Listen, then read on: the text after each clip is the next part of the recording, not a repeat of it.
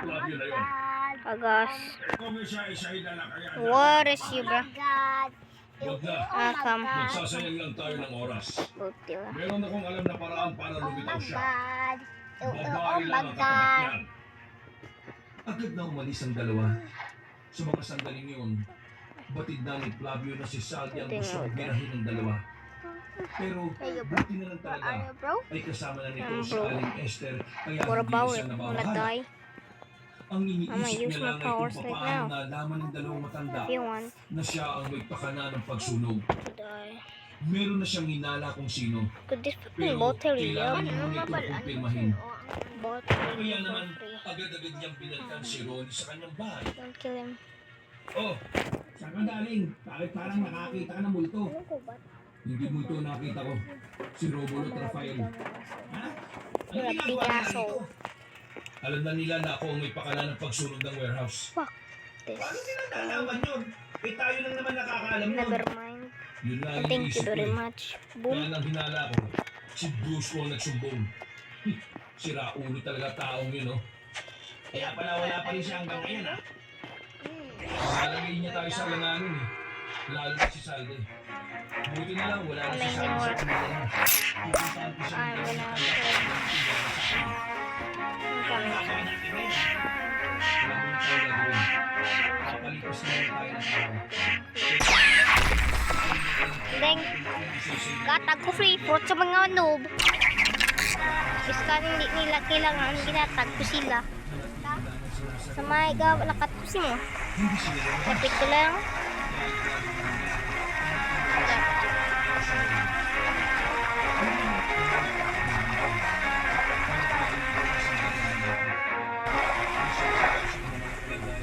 Kasama si Ali Esther.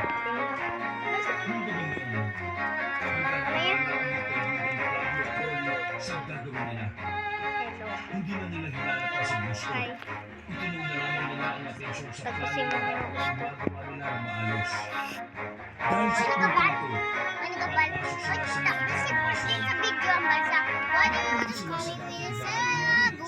But my name is Baba Luz. Kakalakabu. alam ni Flavio na Impulse yan ang fear. ang gagawin nila. Ay, baka.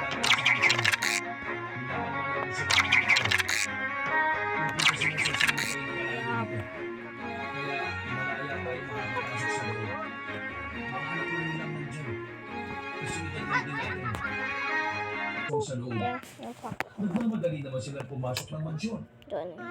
Nang nasa loob na sila, ibungo nila ang dining room. Dalawa agad ang nagawa nila saksakin ng mahaba nilang ita. Habang ang apat naman ay agad na kabilang. Push. Kumusta mga aswang? Narito kami para paslangin kayo. Nagpalit na ng anyo ang mga yon. Pero hindi man nagpadalig ang magkaibigan. Agad nilang nilusog ang mga yun. Tigdalawa silang kalaban. Dahil mukhang wala namang alam sa pakikipagsagupaan ng mga aswang Inyo na lang yun, ni kung hindi yun madakpan umubra nyo. sa kanila. Pinagpapapaslang lang nila ng walang kahirap-hirap ang mga aswang na yon. Wala pang 5 minuto, nakabulagta na ang mga lalaki sa sahig. Ah, Join ka sa ako. Daming crap ha.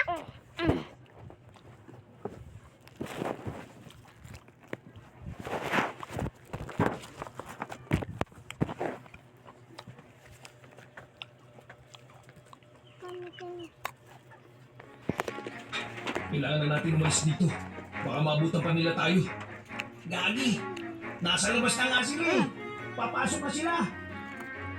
Natatarantang humanap ng malalabasan ng dalawa. Nakakatawa siya na kunan. Diniretso na Siguro yun. hindi ka. Nagtago na muna sila roon at saka kumuha ng tiyempo. Pagpaisip ni Romulo at ni Rafael, pinabutan nila ng kabulagta ang mga anak nila. Gamitan nila yun. Nagsisigaw. Nagbabahin ang boses. Sino ang gumawa nito sa kanila? Sino? Hindi! Hindi maaari! Ang anak mo! Hindi pwede! Kumalat kayo! Hanapin niyo si Flavio at ang lahat ng taong may koneksyon sa kanya! Papas lang ito ng lahat! Pagkakaroon ko sila sa ginawa nila sa aming mga anak!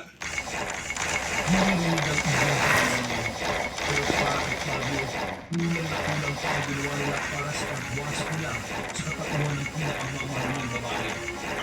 Nagpagulpan siya at kasama ng kanilang mga target. Pero sa mga sandali nito, problema naman nila kung saan sila dadaan. Nagpapang si Rome sa taas ng pader. Kaya nilang akyatin yun, kaya hindi na sila magsalita ng oras. Nagmamahal na sila ng taguan. Pinauna na grabe ng kanyang kaibigan. Habang siya naman ay mag-isa na pinakyat ang pader gamit na ng lubid na nakita niya sa gilid. Nakalabas sila at nasa gilid sila ng mansyon. Bigla nila ay tumigil sa sakyan sa kanya. Nakita niya ang bumunaw sa bintana at ang lalaki si Gusto. Ay, kagalit si Pablo doon ang isinapalitan ko kami. Dahil sa sandali ng mga pinangalan ng Pinarari ko Gusto sa sakyan. Agad ang sinipas doon at ang sila. Pinatigil ni Flavio sa sakyan. Lumabas siya at pinilit na pinababa ang binata sa Gusto. Papaliwanag ako ah! Hindi na natin ni Gusto sa sabihin niya nang bigla siyang suntukin ni Flavio. Agad na natumba ang lalaki. Hindi pa nakuntento si Flavio. Sinuntok na doon hanggang sa dumugo na ang bibig nito. Napakawalang yamang tao! Paano mo kami nagawang ilaglag sa mga aso na yun? Alam mo ba kung pwede malagay sa alanganin ng buhay ni Sally dahil sa ginawa mo? Bakit na siya ayaw mo na munang pakinggan ang dahilan ko para maintindihan mo kung bakit ko ginawa yun? Pre, pakinggan naman na natin siya! Nung tumingin si Flavio at sinubukan nitong kumalma, tumayo na makayos si Gusto matapos punasan at tulungan. Wala akong pagpipilian. Pumunta na ako sa bahay at wala akong papakain ang pamilya ko. Kaya pilitan na lang ako tulong ka. Alam ko, gano'n na naman ang tagawa mo kapag sa mga pamilya. Mas pagpilian mo ang pamilya mo kaysa sa tao na hindi mo nakikinig sa'yo.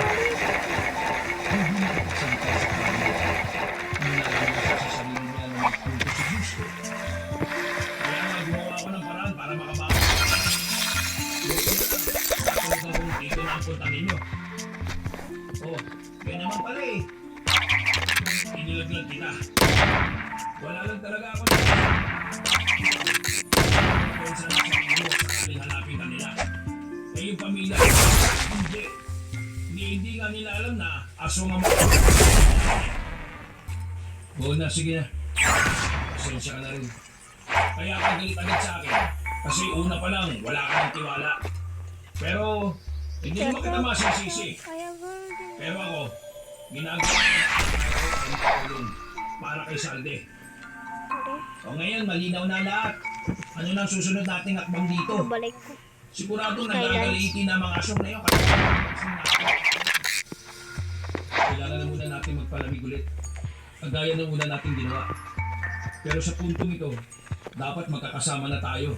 Adeng, ang taon na karilikol. Oras dito. Ari din nga. Bukas ng umaga, Muna akong puto. babalik tayo sa baryo. Isasama na natin sa Wala naman naman.